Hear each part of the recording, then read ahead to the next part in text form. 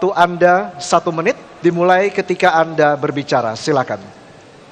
Terima kasih Mas Hendy, kawan saya ingin mengajukan pertanyaan berkaitan dengan pelayanan publik dan tata kelola birokrasi. Pendapatan asli daerah merupakan salah satu sumber terbesar APBD. Mas Hendy, bagaimana strategi saudara dalam meningkatkan pelayanan publik dan tata kelola birokrasi sehingga mampu mendorong peningkatan PAD kita? Terima kasih. Sudah cukup, Bapak? Cukup.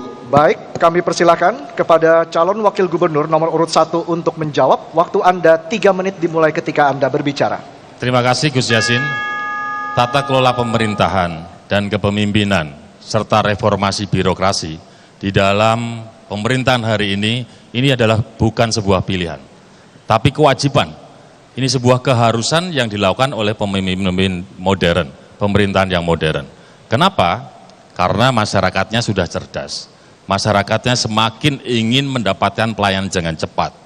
Maka kami pernah terapkan, kami punya pengalaman bahwa untuk menjalankan itu kita memakai tools tambahan perlengkapan di mana digitalisasi bisa diterapkan untuk kemudian bisa membuat pelayanan publik bisa menjadi semakin cepat.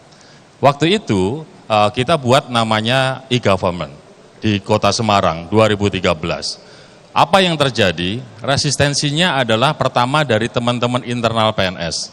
Ada yang sudah sepuh, sudah tua, nggak paham dengan kemajuan teknologi, tapi kita buat fakta integritas. Kita paksa, karena menurut kami waktu itu bahwa kemajuan teknologi adalah hal yang tidak bisa kita abaikan begitu saja.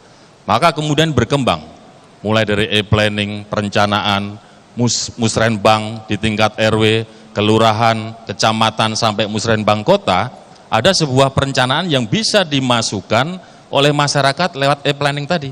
Sehingga akan muncul usulan-usulan aspirasi dari masyarakat yang mungkin mereka waktu itu tidak datang di dalam musrenbang. Kemudian di dalam program e-budgeting, masyarakat juga bisa melihat, ternyata di OPDA itu ada anggaran sekian untuk program apa, sekarang sudah dikerjakan atau belum. Sehingga di dalam fungsi controlling, e-control, MONEF, kami kemudian bisa ikut mendapatkan masukan dari masyarakat. Masyarakat menyampaikan ada kemudian program yang mestinya sudah dijalankan di PU, tapi kemudian di titik yang mestinya dijalankan itu belum ada kegiatan, padahal sudah masuki bulan Oktober. Kita tinggal memanggil PU. Nah, maka yang terjadi adalah muncullah efisiensi dan efektivitas. Dengan efisiensi dan efektivitas, maka kemudian kita bisa menambah belanja untuk hal-hal lain, termasuk kemudian mengurangi orang-orang yang terlibat di dalam pendapatan itu untuk bisa memunculkan potensi korupsi. Karena antar satu dengan yang lain kemudian bisa dihindarkan untuk ketemu. Itulah yang kami lakukan. Saya yakin di pemerintah provinsi mungkin juga sudah melakukan itu zaman 5 tahun yang lalu antara Mas Ganjar dengan Gus Yassin, sehingga menurut saya nanti kalau kami yang terpilih tinggal kita tingkatkan saja. Terima kasih. Masih ada waktu Bapak, apakah ingin dimanfaatkan? Sudah cukup? Baik, selanjutnya mohon tenang, terima kasih. Selanjutnya kami persilahkan kepada calon wakil gubernur nomor urut 2 untuk menanggapi jawaban dari calon wakil gubernur nomor urut 1. Waktu Anda 2 menit dimulai ketika Anda berbicara, silakan. Terima kasih Mas Hendy. Bahwa yang saya pertanyakan itu bukan masalah e-planningnya, e-governmentnya, akan tetapi bagaimana pelayanan itu bisa meningkatkan PAD-nya. Yang ini belum dijawab oleh Mas Hendy. Maka pelayanan publik prima penting Mas Hendy untuk menjadi semangat dalam penyelenggaraan pemerintah Provinsi Jawa Tengah. Dengan memberikan pelayanan prima, maka manfaatnya tidak saja memberikan pelayanan secara maksimal kepada seluruh rakyat Jawa Tengah, namun juga akan kembali pada pemerintah Provinsi Jawa Tengah. Tentu kami memiliki program integrasi semua aplikasi layanan. Di situ termasuk ada perizinan yang mudah, tidak akan bertemu antara ASN dengan investor, dan memberikan pelayanan yang baik sehingga investor datang ke Jawa Tengah berbondong-bondong. Itulah yang kami maksud untuk meningkatkan PAD Jawa Tengah. Ditambah lagi Mas, kami juga meningkatkan kenyamanan kantor pelayanan termasuk kantor Samsat kita. Kita buat layak kantor seperti kantor perbankan. Di situ juga ketika masyarakat datang ke kantor Samsat biasanya membawa anak-anak, maka di situ juga akan kita sediakan arena bermain buat anak-anak sehingga kenyamanan itu terdapatkan di sana, karena kita tahu bahwa wajib hukumnya membayar pajak, maka yang bayar harus kita layani dengan baik. Terima kasih. Masih ada waktu Bapak? Cukup. Sudah cukup. Baik, pendukung harap tenang, harap tenang. Sesuai kesepakatan bersama kita tadi, harap tenang. Terima kasih. Selanjutnya kami persilakan calon wakil gubernur nomor urut 1 untuk merespon tanggapan dari calon wakil gubernur nomor urut 2. Waktu Anda 2 menit, silakan.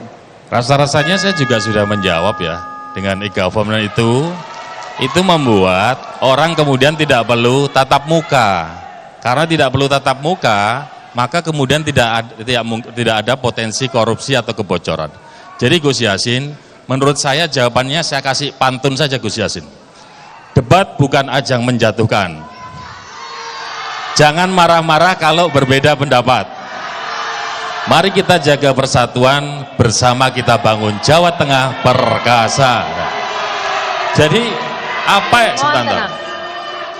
yang disampaikan Gus Yassin bagus, tapi kami kan juga punya pandangan untuk membuat Jawa Tengah lebih bagus. Jadi nggak perlu kita kemudian harus bermarah-marahan. Gitu ya Gus ya. Terima kasih, matur nuwun. Assalamualaikum. Masih ada waktu Bapak, apakah ini dimanfaatkan? Sudah cukup? Baik, kami persilakan untuk kembali ke podiumnya masing-masing. Iya. Baik, kita berikan tepuk tangan yang paling meriah untuk kedua pasangan calon gubernur dan calon wakil gubernur Jawa Tengah tahun 2024. Oke, saya mulai dari para pendukung paslon nomor 1. Mana suaranya? Baik.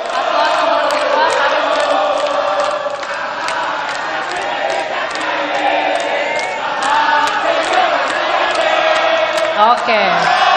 Dan selanjutnya para pendukung paslon nomor 2. Mana suaranya?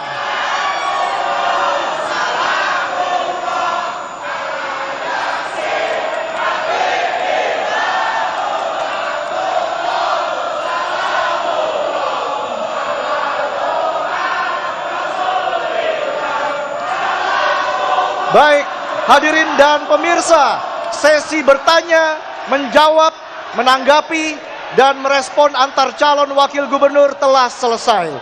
Kami akan kembali di segmen berikutnya dengan pernyataan penutup atau closing statement dari masing-masing pasangan calon gubernur dan wakil gubernur. Tetaplah di debat.